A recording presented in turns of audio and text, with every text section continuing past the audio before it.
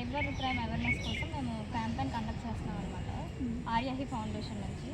ఏం లేదు, సర్వే ఇప్పుడు దేనికోసం అంటే ఇప్పుడు మనకి చూడండి, ఇప్పుడు ఫేక్ లోన్ యాప్స్ అని ఇలాగా జరుగుతున్నాయి కదా, ఓటీపీ స్కామ్స్ అవన్నీ. సో అవి ఎలా అంటే వాళ్ళు మన ఇన్ఫర్మేషన్ తీసుకొని ఇప్పుడు మొబైల్లో ఏమైనా చూడండి, మనం యాప్ ఎక్కించిన తర్వాత ఫొటోస్ అని పర్మిషన్ అడుగుతారు. ఫొటోస్కి, ఫైల్స్కి, కాంటాక్ట్స్కి అవి మనం పర్మిషన్ ఇవ్వకూడదు అనమాట. ఇచ్చాక ఏంటి, వాళ్ళు మన ఇన్ఫర్మేషన్ తీసుకొని అవి మిస్యూజ్ చేసి మళ్ళీ ఇల్లీగల్గా పేమెంట్స్ అవి అడుగుతారు అనమాట.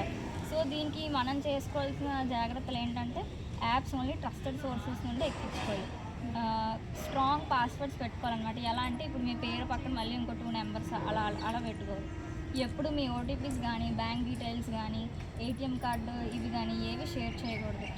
నెక్స్ట్ ఎప్పుడైనా అన్నోన్ లింక్స్ వచ్చినా ఓపెన్ చేయకుండా జస్ట్ పై సైడ్ తోసేయండి. లైక్ నెక్స్ట్ అన్నెసరీ యాప్స్కి పర్మిషన్ ఇవ్వద్దు.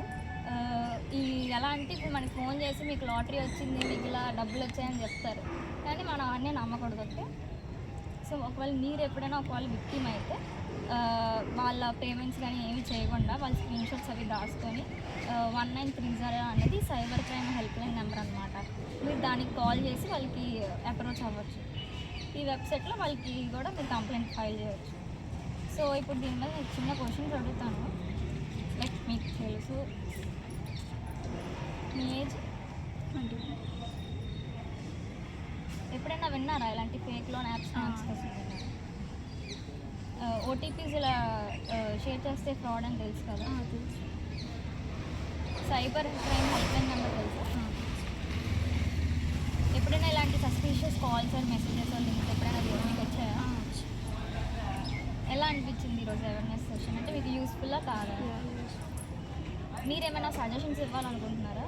అంటే లైక్ ఒక 40+ అట్లా ఏజ్ ఉన్న వాళ్ళకి ఈ సర్వే చేస్తే కొంచెం యూజ్ అవుతుంది.